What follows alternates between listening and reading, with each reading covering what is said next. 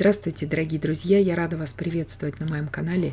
Сегодня в данном видео я делаю незабываемо вкусный, очень красивый в разрезе и простой в приготовлении из простых и доступных продуктов пирог капельки.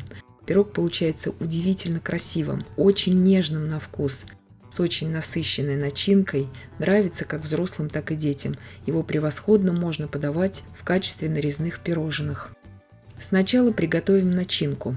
Для начинки я беру 300 грамм творожно-сливочного сыра. Сразу говорю, вы можете брать измельченный через блендер пропущенный творог, жирный обязательно, и тогда нужно добавить щепотку соли, если вы будете брать творог. Одно яйцо среднего размера, 8 грамм ванильного сахара и 100 грамм сахара. Все это просто перемешиваю.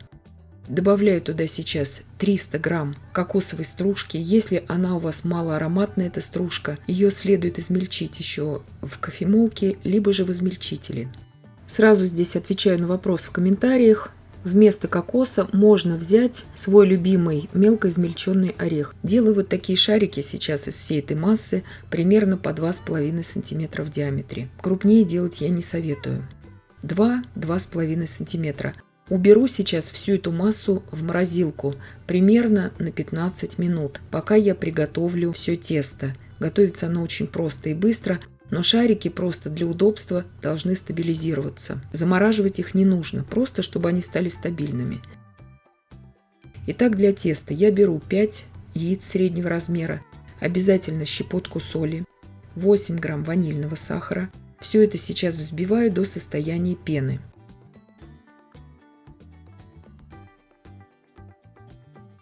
Добавляю сейчас туда 250 грамм сахара порциями. Взбивать всю эту массу я буду примерно 4 минуты. Масса должна очень сильно побелеть, увеличиться в объеме, так это и должно быть. Если вы все продукты будете брать комнатной температуры, следовать всем рекомендациям в рецепте, пирог получается нежнейшим, очень вкусным, и на большую компанию его даже можно где-то подавать и вместо торта. Итак, 220 грамм размягченного сливочного масла я сейчас взбиваю примерно 2-3 минуты до побеления и пышности. Добавляю сейчас порциями к жидкой массе, к яичной. Битое масло, на мой взгляд, оно нежнее получается тесто с ним. И просто прорабатываю миксером, ничего здесь долго взбивать не нужно. Просто вмешиваем как бы масло туда. Масло, естественно, добавляем порциями, не общей массой, и прорабатываем очень быстро миксером. Масло здесь я беру качественное, 82% жирности. 150 грамм сметаны комнатной температуры я также добавляю к тесту. Сметана у меня в данном случае 24% жирности. Все это просто перемешиваю. 450 грамм муки, 10 грамм разрыхлителя я просеиваю в массу. Разрыхлитель обязательно также всегда просеиваем, чтобы не осталось комочков. Сейчас я все это прорабатываю миксером, и здесь у меня просто не вошло в кадр. Я добавила туда сок половины лимона. Вот это нужно обязательно сделать, чтобы тесто было более нежным.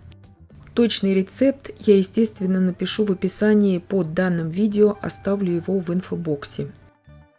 1/3 всего теста я сейчас перекладываю в отдельную миску. И я приготовлю очень быстро шоколадное тесто.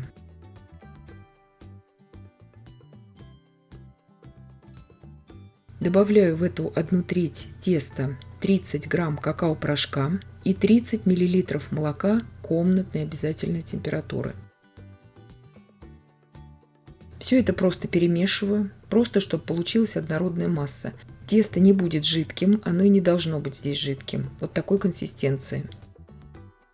Самое главное здесь, чтобы разошлись все комочки от какао.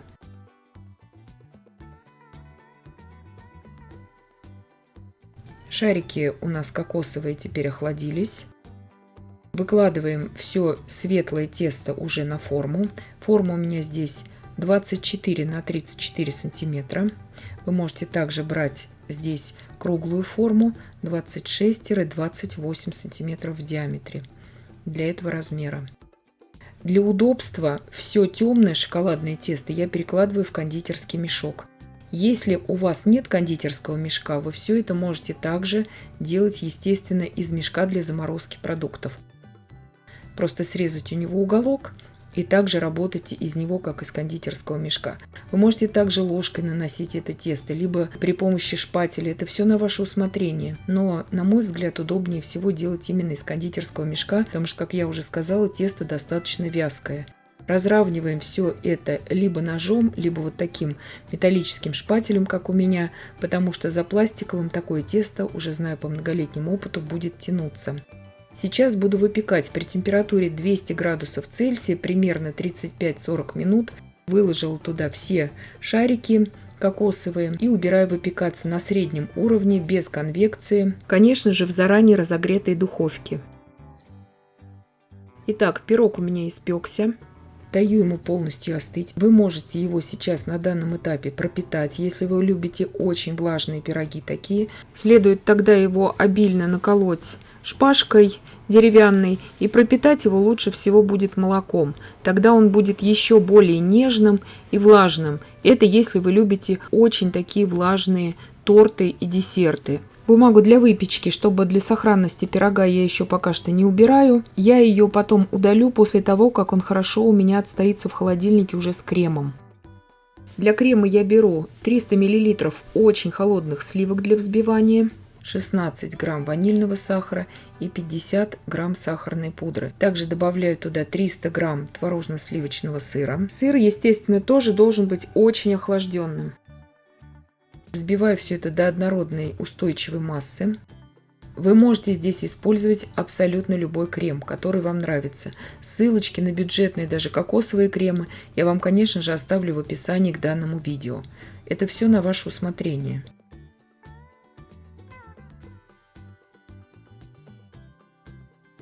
Вот такой превосходный крем у нас получился.